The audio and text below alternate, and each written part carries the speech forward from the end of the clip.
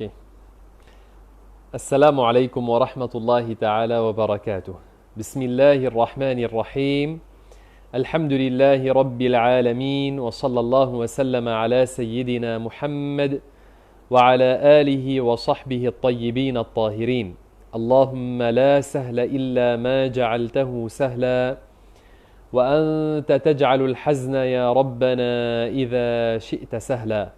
اللهم علمنا ما جهلنا وذكرنا ما نسينا وزدنا علما يا أرحم الراحمين. نسأل الله تعالى أن يرزقنا الإخلاص في النية والقول والعمل.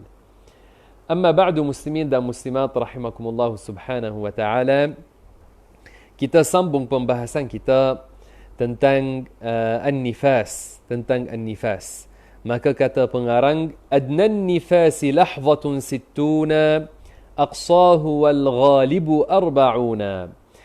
Sekurang-kurang nifas adalah sekadar seperludah. Adapun yang paling maksimum adalah 60 hari. Dan kebiasaan banyak wanita, nifas mereka adalah 40 hari. Tapi apakah itu definisi nifas? Apakah ia nifas?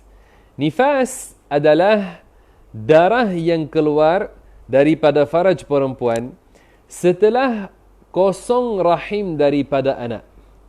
Setelah kosong rahim daripada anak, darah yang keluar itu yang dinamakan darah nifas. Maka darah nifas bukan ia darah yang keluar sebelum melahirkan anak, dan bukan darah yang keluar bersama anak. Tidak. Bahkan darah yang keluar setelah kosong rahim daripada anak, itu yang dinamakan darah nifas. Maka jika seorang wanita, dia dah mula contraction, dia hamil, mula contraction, maka keluar darah daripadanya, itu belum dikira darah nifas. Atau sedang dia melahirkan anak, maka keluar dengan anak darah, itu bukan dikira darah nifas. Bahkan darah nifas adalah darah yang keluar setelah sudah kosong rahim daripada anak. Okey. Maka bagaimana tentang darah yang keluar? Bagaimana tentang darah yang keluar sebelum melahirkan anak? Darah yang keluar sebelum melahirkan anak. Tentang darah yang keluar sebelum melahirkan anak, jika ia darah dengan at-talq, keluar dengan at-talq, ada contraction, ia keluar dengan at-talq, yakni ada sakit contraction, maka ini adalah darah yang dikira seperti darah penyakit, maka tidak dikira sebagai haid dan tidak dikira sebagai istihadah, tidak dikira sebagai haid, tidak dikira sebagai nifas, bahkan ia adalah darah penyakit, dinamakan darah penyakit. Itu yang keluar bersama contraction. Maka apa yang dia buat? Kalau dia belum melahirkan lagi anak, perlu 5 jam atau lebih untuk melahirkan anak, maka dalam keadaan ini dia istinja daripada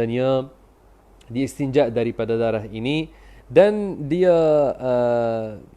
dalam keadaan ini masih lagi dia solat, belum dia melahirkan anak.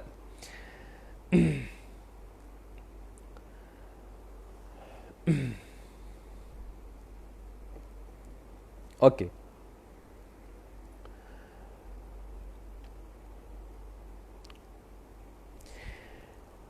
Ini berdasar qaul yang kata bahawasanya perempuan yang hamil tidak keluar daripadanya darah haid. Ini berdasar qaul yang kata bahawasanya wanita yang hamil tidak keluar daripadanya darah haid. Tapi dalam mazhab Syafi'i sebenarnya ada khilaf. Adakah wanita yang hamil keluar daripadanya darah haid ataupun tidak. Ada satu qaul yang kata wanita yang hamil tidak keluar daripadanya darah haid. Maka berdasar qaul ini, darah yang dilihat sebelum melahirkan anak, apabila ada contraction, itu tidak dikira darah haid. Tidak dikira darah haid. Tapi ada satu qaul juga yang mana ada ulama yang kata wanita yang hamil juga boleh jadi keluar daripadanya darah haid. Jika sudah cukup syarat-syarat haid, darah yang keluar cukup padanya syarat-syarat haid, boleh dikira darah itu sebagai darah haid.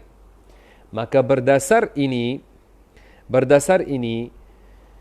jika darah yang keluar sebelum melahirkan anak, ia darah yang sudah cukup 24 jam dan ada padanya syarat-syarat haid, berdasar qaul ini boleh dikira sebagai haid.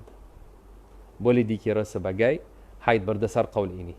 Dan ada ulama yang sebut bahawasanya ini adalah qaul yang lebih azhar, ini qaul yang lebih kuat dalam mazhab Syafi'i, bahawasanya wanita yang hamil boleh jadi keluar daripadanya darah haid.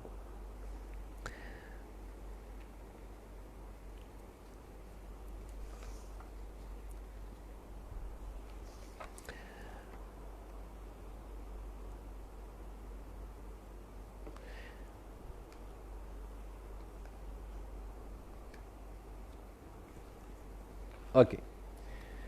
Jika seorang wanita menggugurkan anak, dia hamil kemudian dia menggugurkan anak, contoh pada bulan yang ke-7 atau bulan yang ke-6 berlaku dia menggugurkan anak, maka darah yang keluar setelah itu juga dikira nifas. Darah yang keluar setelah itu dikira nifas. Apabila berlaku dia menggugurkan anak, maka apabila pasti bahawasanya apa yang telah keluar daripadanya adalah asal anak Adam, maka darah yang keluar setelah itu dikira darah nifas.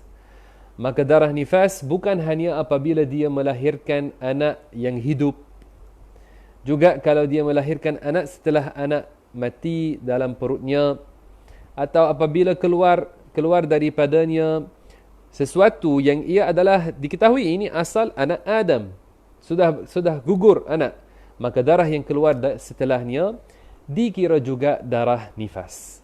Okey, maka dengan ini sudah jelas apakah makna darah nifas. Apakah makna darah nifas? Okey. Sekarang setelah kita telah membahaskan tentang haid dan nifas, maka bagaimana seorang wanita tahu bahawasanya haidnya atau nifasnya sudah berhenti? Bagaimana dia hukum bahawasanya haid atau nifas sudah habis, sudah berhenti? Kata ulama, dengan cara dia masukkan sesuatu seperti tisu atau kapas. Dia masukkan kapas atau tisu. Jika ia keluar tidak ada darah atasnya, maka maknanya haidnya sudah habis, nifasnya sudah habis. Ini adalah cara untuk dia tahu jika haid atau nifas sudah berhenti, sudah habis. Sekarang ada isu-isu yang penting yang wanita perlu memahaminya. Jika darah haid mula keluar atau darah nifas, contoh darah haid atau darah nifas, ia mula setelah waktu salat telah masuk, setelah waktu, contoh waktu zuhur, setelah dah masuk waktu zuhur, maka keluar darah haid dan dia belum salat zuhur lagi. Kalau andaikan zuhur masuk pukul 1.30, 1.30. Kalau zuhur masuk pukul 1.30 dan dia belum salat lagi zuhur, mula haidnya pada pukul Dua, adakah solat zuhur ini perlu dia qada'kannya setelah habis haidnya? Kita tengok, jika waktu di antara permulaan waktu salat dan permulaan haidnya cukup untuk menunaikan salat, maka wajib untuk qada'kan salat itu setelah habis haidnya. Maka setengah jam contohnya pasti cukup. Kerana dia kita tengok kepada apa? Adakah waktu itu cukup untuk menunaikan 4 rakaat zuhur? Contohnya cukup untuk menunaikan 4 rakaat zuhur. Maka dalam contoh ini wajib ke atasnya qada setelah habis haidnya. Tapi jika waktu itu tidak cukup untuk menunaikan solat, contoh kalau zuhur masuk 1.30 dan haidnya mula 1.31, 1 minit tidak cukup untuk buat dalamnya 4 rakaat, tidak cukup. Maka dalam keadaan ini tidak wajib ke atasnya untuk mengqada'kan solat itu. Tidak wajib ke atasnya untuk mengqada'kan solat itu. Okey? Ini isu yang penting. Ramai wanita mereka lupa untuk tengok kepada ini, maka mereka tidak buat qada'. Sekarang kita nak membahaskan tentang isu yang lain. Bagaimana kalau darah haid habis haidnya pada waktu salat, apakah dia buat?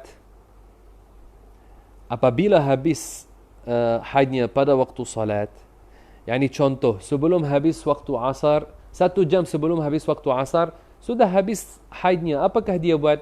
Dia buat mandi wajib dan dia salat. Tapi bagaimana kalau waktu yang kekal daripada waktu salat tidak cukup untuk menunaikan salat itu? Di sini ada syarahan yang ulama sebut. Kata ulama, jika berhenti haidnya sebelum habis waktu dengan kadar yang cukup untuk kata Allahu Akbar, cukup untuk takbiratul ihram, wajib atasnya untuk dia buat solat itu. Wajib atasnya untuk dia buat solat itu. Wajib. Dia kena solat itu. Contoh sebelum habis waktu asar, dengan sekadar 1 takbir telah habis haidnya. Kata ulama, wajib ke atasnya untuk buat solat asar. Jika kurang daripada kadar 1 takbir, waktu itu kurang daripada apa yang cukup untuk 1 takbir, maka tidak wajib ke atasnya untuk buat solat asar dalam contoh ini. Maka hukum hakam ini ada dalilnya, dan fuqaha dan ulama bukan mereka cakap dan memberi hukum suka hati macam itu. Tidak. Ada syarahan. Tapi ulama bukan sebut setiap isu terus mereka akan syarah kepada awam apakah dalilnya.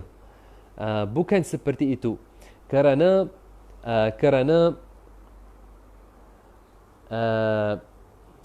itu pengetahuan tentang dalil-dalil fiqh dengan luas, itu ulama ada ilmu itu.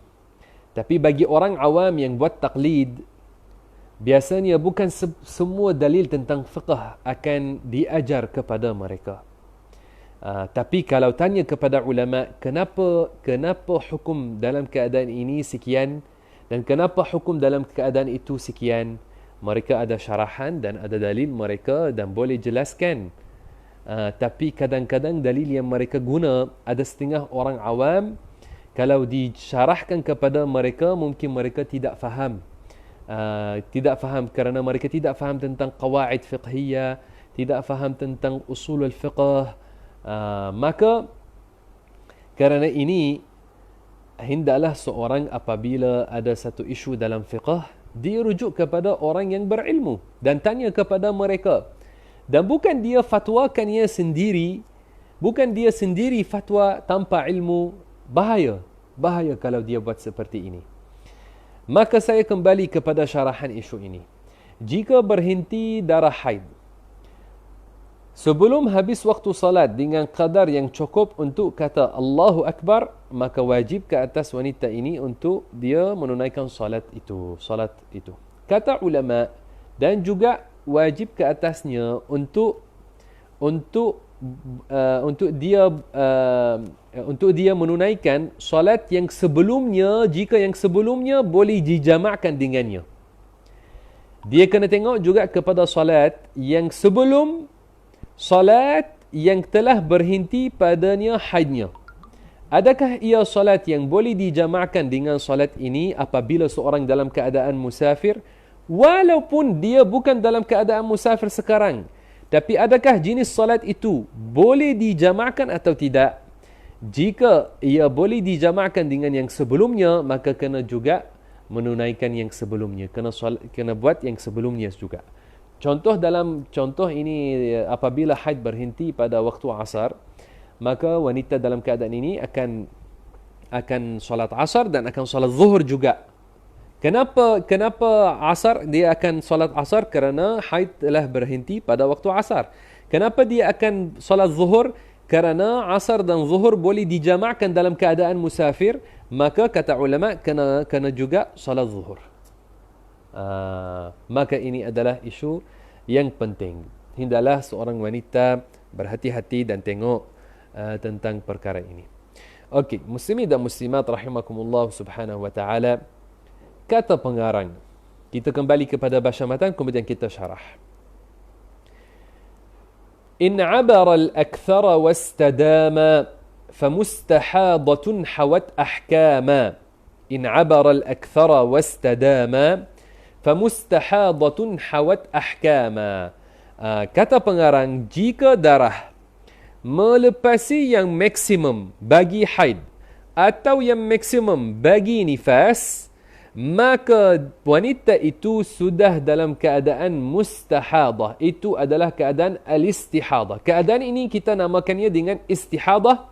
Wanita yang ada dalam keadaan ini kita namakannya sebagai mustahadah.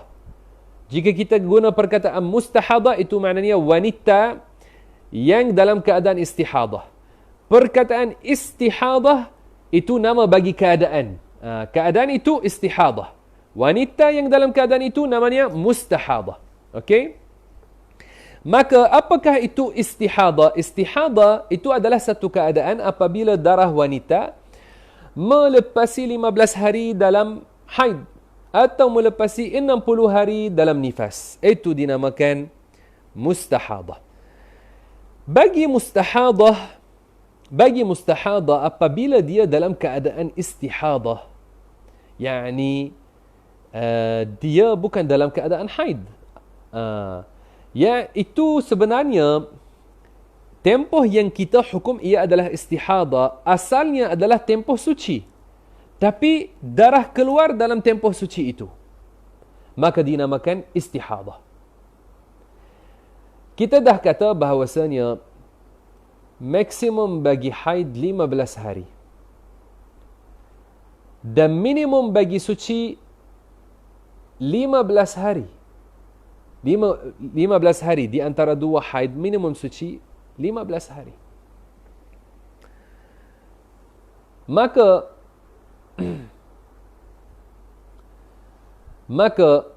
satu bulan apabila kita cakap tentang bulan di dalam bab haid, maka maksud dengan bulan 30 hari. Okey? Maksud kita dengan bulan dalam bab haid 30 hari, bukan 29 hari. 30 hari apabila kita sebut satu bulan dalam pembahasan tentang haid. Maka satu bulan ada 15 hari daripadanya mesti ia adalah dalam keadaan suci. Tempoh 15 hari. Maka jika darah melepasi 15 hari dalam haid, maka pasti yang setelah 15 hari itu adalah istihadah, bukan lagi darah haid. Bukan darah haid itu yang melepasi 15 hari. Tapi ada detail-detail. Ada detail-detail. Mustahadah itu ada jenis-jenis. Ada jenis-jenis mustahadah. Okey. Apakah dia akan buat apabila darahnya melepasi 15 hari? Apakah dia akan buat? Okey. Kita akan tengok mustahadah ini apakah jenis mustahadah itu. Kita tengok adakah wanita ini kali pertama berlaku kepadanya haid atau pernah berlaku kepadanya haid sebelum ini. Jika dia kali pertama berlaku kepadanya haid dalam kehidupannya, maka dinamakan sebagai mubtada'ah. Mubtada'ah. Okey, di sini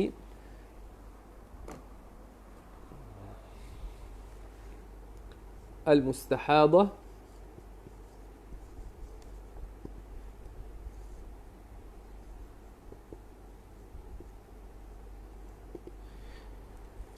sama ada al-mustahadah daripada jenis al-mubtada'a, atau dia daripada jenis mu'tadah.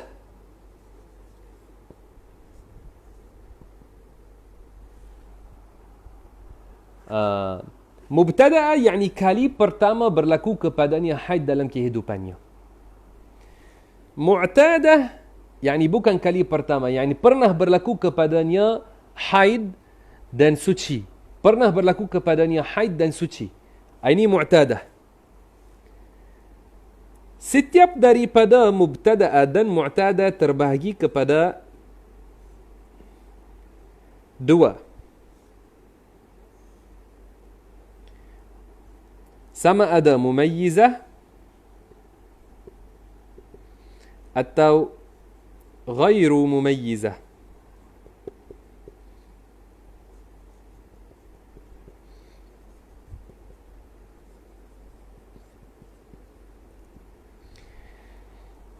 Maka al-mustahadah sama ada dia mubtada'a atau mu'tadah. Mubtada'a yakni kali pertama berlaku kepadanya haid, mu'tadah yakni bukan kali pertama.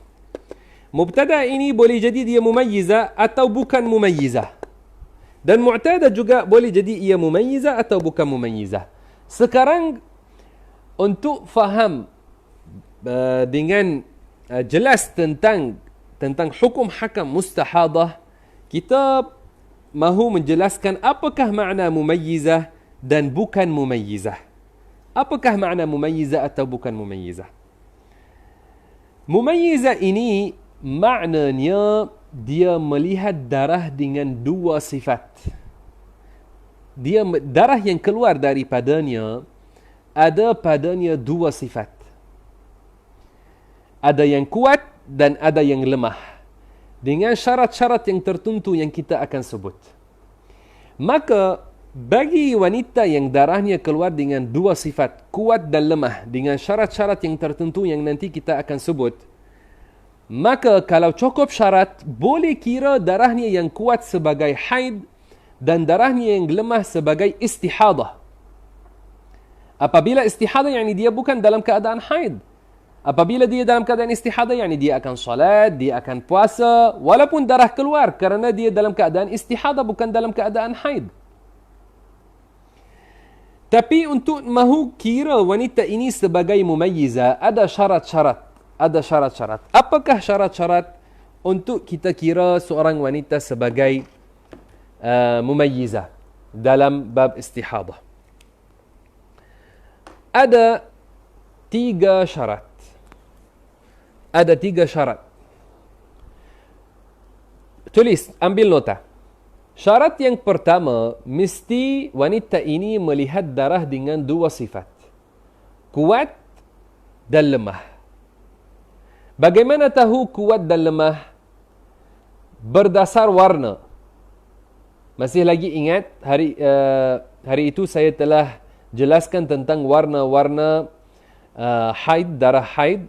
Dan saya telah sebut bahawasanya ada 5 warna darah haid. Dan saya sebutnya daripada yang paling kuat sampai yang paling lemah. Kita dah sebut warna-warna darah haid adalah hitam, yakni merah yang pekat, kemudian merah, kemudian merah cair yang ia pink, dan kuning yang berwarna oranye, kemudian coklat cair yang ia seperti warna tanah. Maka ini daripada yang paling kuat sampai yang paling lemah. Maka jika darahnya keluar dengan 2 warna, ada kuat dan ada lemah, sudah cukup syarat yang pertama. Syarat yang pertama, darah keluar dengan 2 sifat, kuat dan lemah. Jika darahnya tidak keluar dengan 2 sifat, kuat dan lemah, darahnya 1 sifat sahaja, semuanya merah sahaja, atau semuanya hitam sahaja, maka ini bukan mumayyizah. Kalau bukan mumayyizah, nanti kita akan membahaskan apakah hukumnya, bagaimana dia buat. Tapi sekarang kita nak membahaskan tentang yang mumayyizah. Maka bagi yang mumayyizah, dia melihat darah dengan 2 sifat, kuat dan lemah. Dan juga kuat dan lemah ini boleh juga ditentukan dengan bau darah. Jika ada darah yang keluar baunya kuat, dan ada darah yang keluar baunya kurang daripada itu, ada darah baunya busuk kuat, kemudian darah yang baunya kurang daripada itu, maka itu 2 sifat juga dikira, ada kuat, ada lemah. Atau kalau ada contoh darah keluar dalam bentuk pekat, dan darah yang keluar dalam bentuk cair, pekat, yakni yang seperti, ulama bagi contoh seperti madu, itu pekat. Ataupun yang tidak pekat itu seperti air. Maka jika darah ada 2 sifat ini, pekat dan tidak pekat, nepis, maka itu juga dikira kuat dan lemah. Maka kuat dan lemah boleh ditentukan berdasar warna, atau berdasar bau, atau berdasar jika ia pekat atau tidak pekat. Okey. Jika syarat yang pertama ini ada, sekarang kita melihat darah yang kuat itu, syaratnya adalah tidak kurang daripada 24 jam dan tidak melebihi 15 hari. Untuk wanita itu boleh dikira sebagai mumayyizah, maka darahnya yang kuat mesti tidak kurang daripada 24 jam dan tidak melebihi 15 hari. Kerana sebenarnya kita mahu kira yang kuat sebagai haid. Dan haid tidak ada, dan minimum haid adalah 24 jam. Maka jika darah yang kuat kurang daripada 24 jam, bagaimana nak kiranya sebagai haid? Dan maksimum haid adalah 15 hari. Maka jika darah yang kuat lebih daripada 15 hari, bagaimana nak kiranya sebagai darah haid? Kerana ini syarat pada yang kuat, tidak kurang daripada 24 jam dan tidak melebihi 15 hari. Bagi darah yang lemah, syaratnya adalah tidak kurang daripada 15 hari. Kenapa kita kata tidak kurang daripada 15 hari? Kerana yang lemah kita mahu kiranya sebagai tempoh yang asalnya adalah tempoh suci. Kerana istihadah asalnya tempoh suci. Maka untuk nak kira yang lemah sebagai istihadah yang asalnya suci, maka sekurang-kurang tempoh suci adalah 15 hari. Maka jika darah yang lemah kurang daripada 15 hari, bagaimana mahu kiranya sebagai darah istihadah? Okey. Sekarang apabila kita kata di sini, saya mohon kamu fokus betul. Kamu perlu fokus di sini. Apabila kita kata yang lemah itu mesti tidak kurang daripada 15 hari.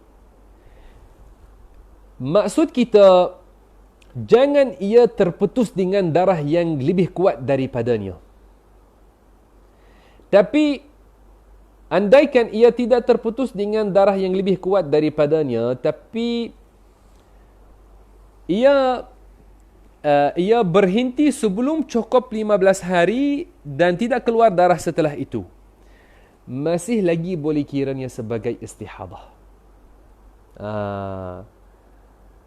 Saya akan bagi contoh. Saya akan lukis ini.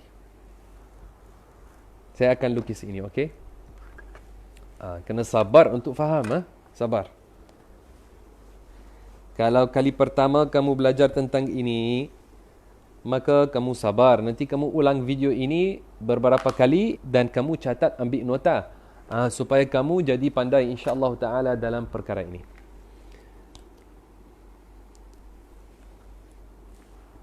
Okey.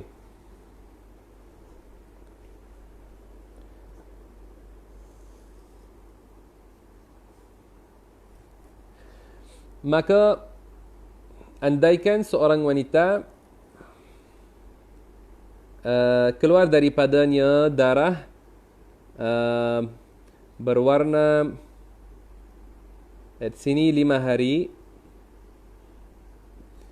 warna hitam,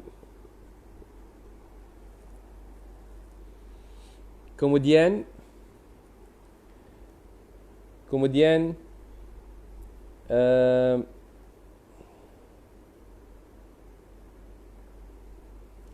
sini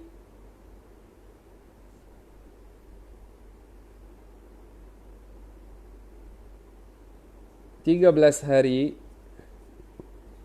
warna merah.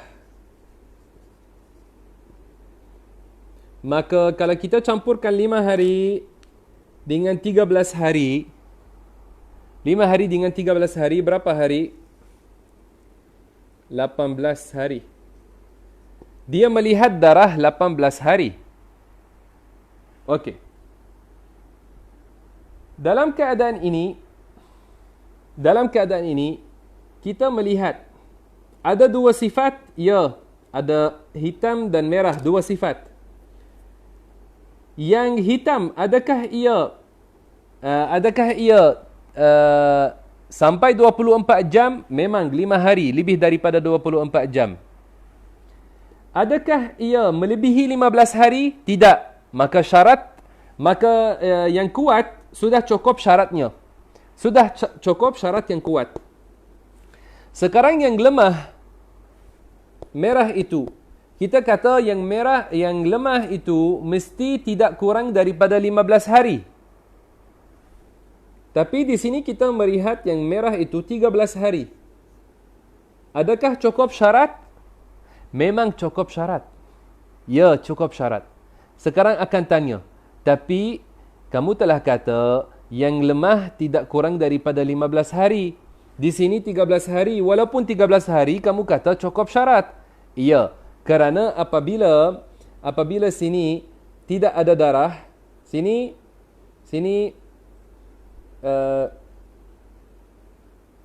suci, tidak ada darah. Okey? Apabila datang setelah yang lemah, tempoh yang tidak ada darah, maka boleh menyempurnakan yang 15 hari daripada sini, daripada tempoh ini. Kenapa? Kerana apakah maksud kita daripada kita tengok dan membahaskan tentang yang lemah ini? Maksud kita nak kira bagi dia 15 hari untuk nak kiranya sebagai tempoh yang asalnya adalah suci. Maka, boleh kira yang lemah dengan tempoh yang tidak ada darah langsung, boleh kiranya sebagai tempoh suci. Tetapi, kalau yang lemah ini diputuskan di sini dengan darah kuat, contoh di sini keluar hitam. Ia putuskan yang 15 hari, keluar hitam di sini. Sini hitam 5 hari, Kemudian 5 hari, saya padamkan, tulis semula.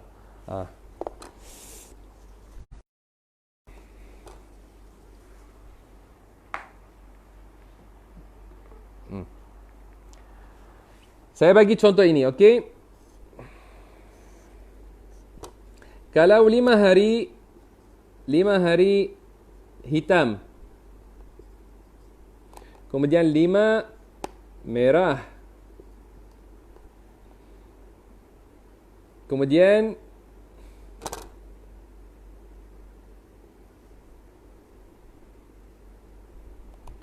10 hitam.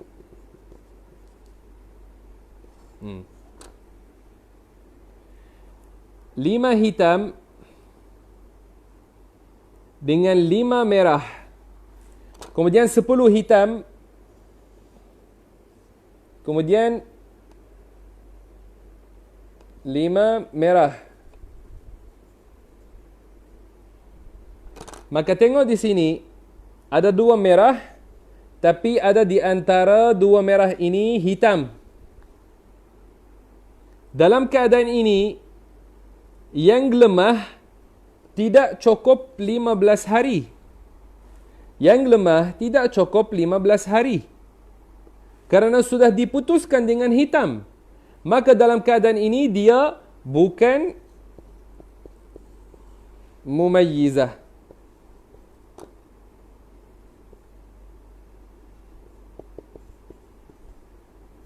Bukan mumayyizah.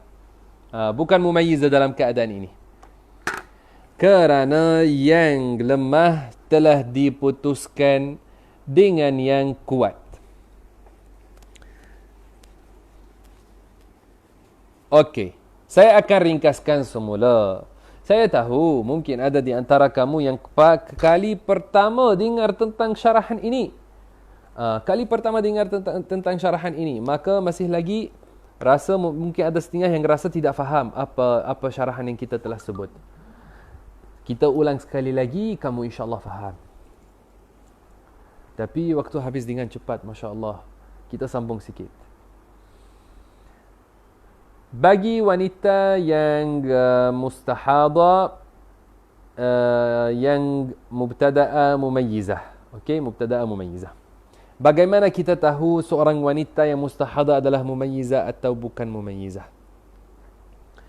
Wanita yang mumayyizah adalah yang darahnya datang keluar dengan 2 sifat, kuat dan lemah. Mesti yang kuat tidak kurang daripada 24 jam dan tidak melebihi 15 hari. Jika kurang daripada 24 jam atau melebihi 15 hari, bukan mumayyizah. Yang lemah mesti tidak kurang daripada 15 hari. Tidak kurang daripada 15 hari, sama ada lemah itu berterusan 15 hari. Contoh dia melihat 5 hari hitam, kemudian 20 hari merah. Itu berterusan. Atau yang merah itu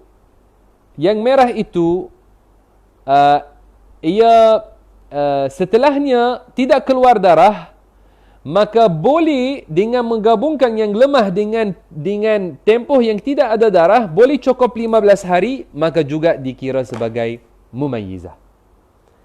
Boleh juga dikira sebagai mumayyizah. Contoh, seorang wanita melihat 10 hari hitam. 10 hari hitam. Kemudian 10 hari merah. 10 hari merah, yakni 10 hari lemah. Boleh kita ini dalam keadaan ini dikira mumayyizah. Maka kita kira yang 10 hitam sebagai haid dan 10 yang merah sebagai istihadah.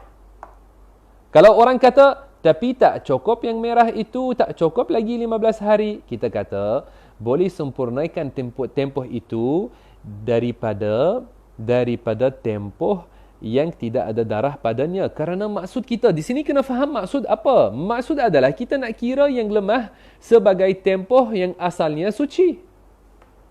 Kerana ini, walaupun datang setelahnya tempoh yang tidak ada darah, maka tidak menjadikan wanita ini bukan mumayyizah, masih lagi dikira mumayyizah.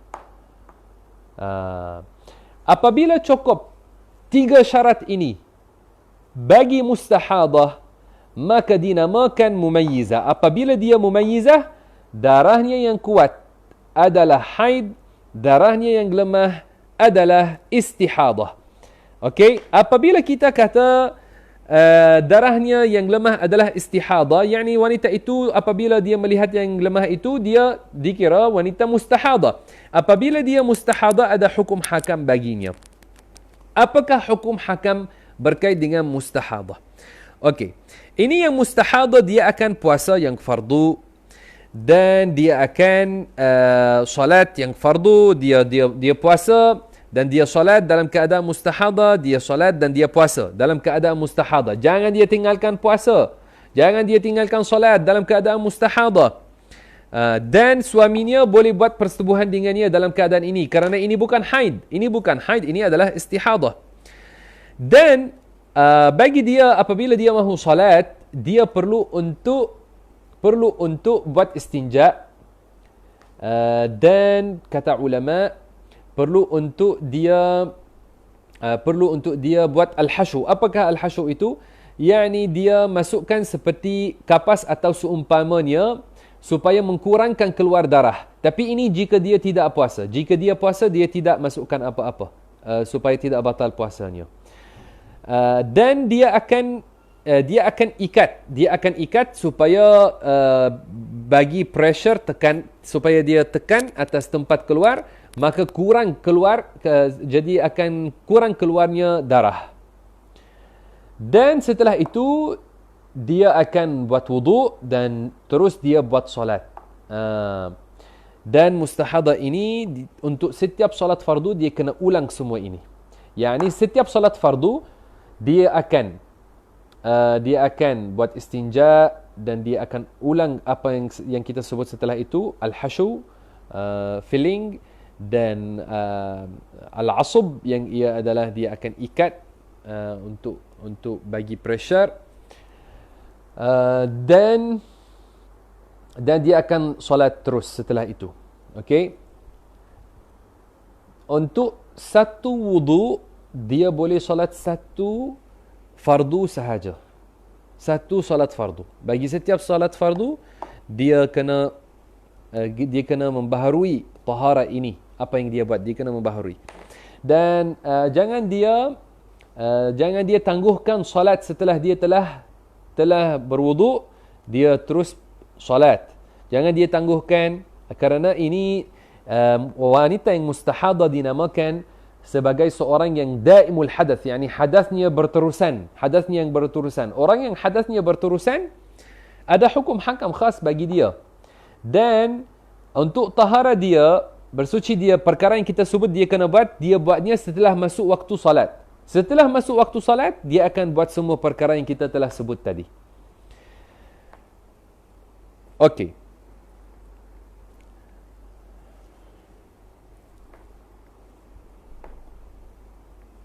Sekarang kita kembali kepada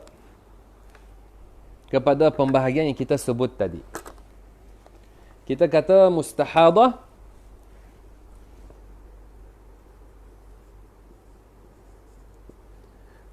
sama ada mubtada'a atau mu'tadah.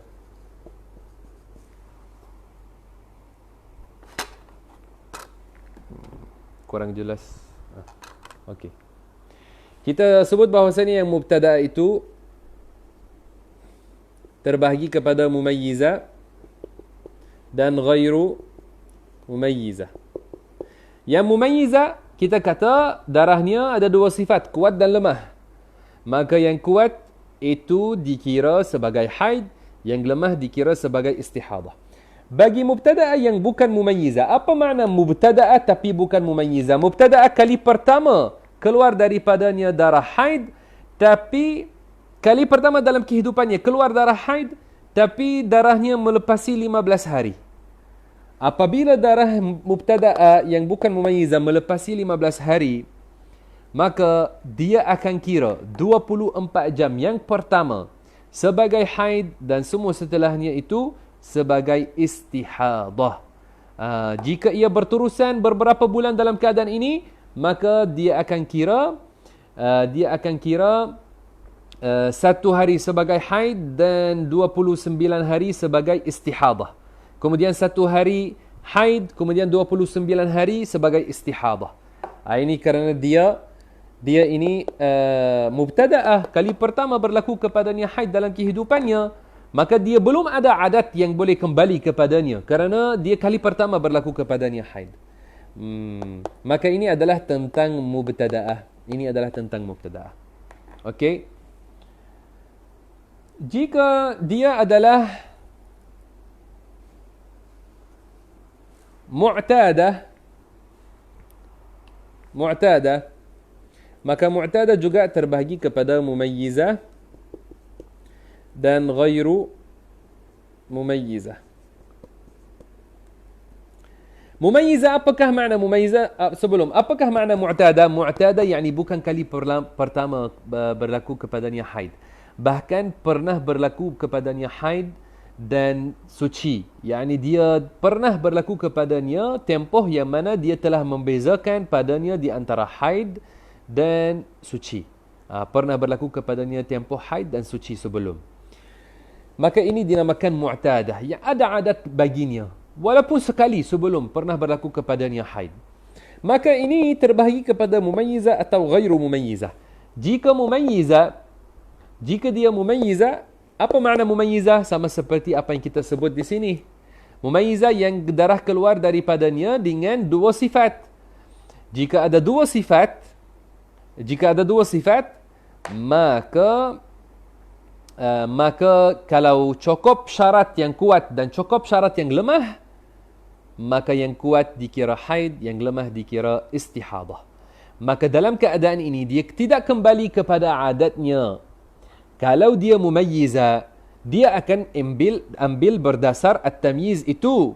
Dia akan kira yang kuat sebagai haid dan yang lemah sebagai istihadah. Dan bukan terus dia kata, saya kembali kepada adat saya. Bukan.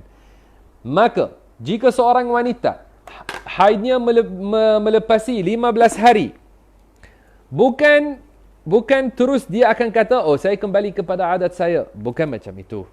Tapi dia akan tengok, adakah darahnya keluar dengan 2 sifat atau tidak. Jika keluar dengan 2 sifat dan cukup syarat, yang kuat dan yang lemah, maka dia dikira mumayyiza. Apabila dikira mumayyiza, maka yang kuat dikira haid, yang lemah dikira istihadah. Kalau yang lemah dikira istihadah, maknanya dalam tempoh itu dia kena puasa. Jika sekarang di Ramadan, dia tahu dirinya dalam keadaan istihadah, dia kena puasa, jangan tinggalkan puasa. Tapi ada setengah yang tidak belajar ilmu sampai dia tinggalkan puasa dalam keadaan yang wajib ke atasnya untuk puasa kerana dia dalam keadaan mustahadah, bukan dalam keadaan haid. Masya Allah al-azim. Okey. Jika mu'tadah bukan mumayyizah, ghairu mumayyizah, apakah dia akan buat? Dia akan kembali kepada adatnya. Dia tidak mumayyizah. Kenapa tidak mumayyizah? Contoh, darah keluar daripadanya dengan 1 sifat. Semua darah yang keluar 1 sifat. Semuanya merah dan dengan 1 sifat. Maka bukan mumayyizah. Atau contoh, yang kuat kurang daripada 24 jam. Atau contoh, yang kuat melebihi 15 hari. Maka dalam semua keadaan itu, wanita ini bukan mumayyizah. Bukan mumayyizah. Apabila bukan mumayyizah, dia kembali kepada adatnya. Dia kembali kepada adatnya dari sudut kadar adat dan waktu adat. Apakah adatnya? Kali yang akhir dia pernah berlaku kepadanya haid, itu adalah adatnya. Itu setengah ulama telah sebutnya seperti ini. Dan setengah ulama mereka bagi lebih detail tentang isu adat. Tapi sekarang saya tak akan masuk dalam pembahasan. Itu pembahasannya panjang.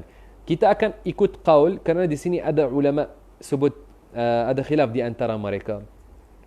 Ada ulama yang sebut bahawasanya adatnya adalah kali akhir. kali akhir berlaku kepadanya haid. Jika kali akhir berlaku kepadanya haid, contoh, haidnya adalah 5 hari, daripada 1 hari bulan sampai 5 hari bulan, maka dia akan kira bahawasanya haidnya adalah 5 hari daripada awal bulan.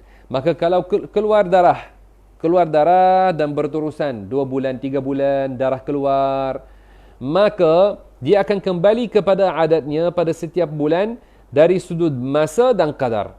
Maka jika dia tahu hari pertama sampai hari yang kelima dia biasanya dalam keadaan haid, maka dia akan kira bahawasanya 5 hari itu haid dan yang lain adalah istihadah.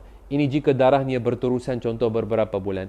Maka ini adalah caranya. Okey. Ini jika dia ingat kadar adatnya dan tempohnya berapa hari dia ingat, dan bila biasanya ia datang, pada awal bulan, pada tengah bulan, pada akhir bulan dia ingat, maka dia boleh kembali kepada adatnya dari sudut kadarnya dan masanya. Tapi jika dia tidak ingat, itu lagi detail, banyak detail. Kalau tidak ingat langsung waktu haidnya dan kadar haidnya, tidak ingat langsung apa adatnya sebelum itu, maka itu dinamakan mutahayyirah. Mutahayyirah itu satu jenis wanita yang mustahadah, dinamakan dengan mutahayyirah.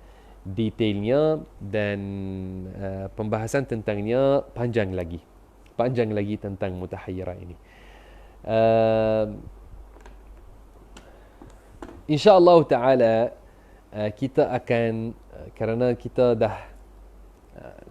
sudah habis masa yang kita dah tentukan bagi majlis ini, maka untuk kita nak sambung syarahan matan dan membahaskan lagi tentang mu'tada dan mutahayyirah, insyaAllah ta'ala kita perlu buat sesi yang ketiga. Maka tunggu sesi yang ketiga insyaAllah ta'ala. Barakallahu fikum wa jazakumullahu ta'ala kulla khair. InsyaAllah ta'ala sekarang kita akan tutup dengan doa. Pada malam ini kita telah ambil masa yang lebih panjang daripada biasa. Kita tutup dengan doa supaya yang mahu nak sambung solat qiyam Ramadan atau tarawih, maka dia dapat untuk sambung insyaAllah ta'ala. الحمد لله رب العالمين والصلاة والسلام على سيدنا محمد طه الأمين اللهم اغفر لنا وارحمنا وعافنا واعف عنا وتوفنا على كامل الإيمان اللهم إنا نسألك الجنة وما قرب إليها من قول أو عمل ونعوذ بك من النار وما قرب إليها من قول أو عمل اللهم إنا نسألك عفوك ورضاك ونسألك الفوز بالجنة والنجاة من النار اللهم اجعلنا من عتقاء رمضان وتقبل منا أعمالنا الصالحة وارزقنا رؤية ليلة القدر في رمضان هذا اللهم يا أرحم الراحمين يا أكرم الأكرمين وفقنا للخير يا أرحم الراحمين وآخر دعوانا أن الحمد لله وصلى الله وسلم على سيدنا محمد وعلى آله وصحبه الطيبين الطاهرين. Muslimin dan muslimat rahimakumullah, sekurang-kurangnya dalam kursus ini yang kita buat, dalam daurah ini, muslimat sekarang mereka sudah tahu, kalau mereka nak tanya tentang soalan tentang haid, sudah tahu apakah yang mereka perlu sebut kepada ustaz atau ustazah apabila nak tahu mereka tentang haid dan istihadah. Kerana ada setengah orang tidak lintas dalam fikiran mereka apabila nak tanya kepada ustaz dan ustazah tentang isu dua sifat, kuat dan lemah dan itu. Saya nasihat kepada muslimat untuk mereka buat satu kalender khas yang mana mereka catat dalamnya tentang haid mereka, supaya kalau berlaku dengan mereka istihadah, maka mereka ada dokumen yang mereka boleh rujuk dan ingat balik daripadanya tentang haid mereka sebelum. Dan mereka boleh ingat juga kalau lemah atau kuat atau itu jika berlaku dengan mereka. Boleh catatnya, itu perkara yang mudah. Sekarang pun dalam handphone kamu, dalam kalender kamu boleh tandakan dan tulis nota-nota. Maka jangan tinggalkan perkara ini. Barakallahu fikum. InsyaAllah ta'ala nanti saya akan bagi tahu dalam page ini bila kita akan sambung semula pembahasan kita tentang haid, nifas dan istihadah. Untuk bahagian yang ketiga, kita mahu lanjutkan daurah ini kepada bahagian yang ketiga, maka tunggu iklan kita. Dan saya mahu minta daripada muslimin dan muslimat untuk tekan like bagi page kita. Barakallahu fikum. Bantu kita dengan tekan like dan follow dan sebarkan page ini kepada sahabat kamu. Wassalamualaikum warahmatullahi taala wabarakatuh.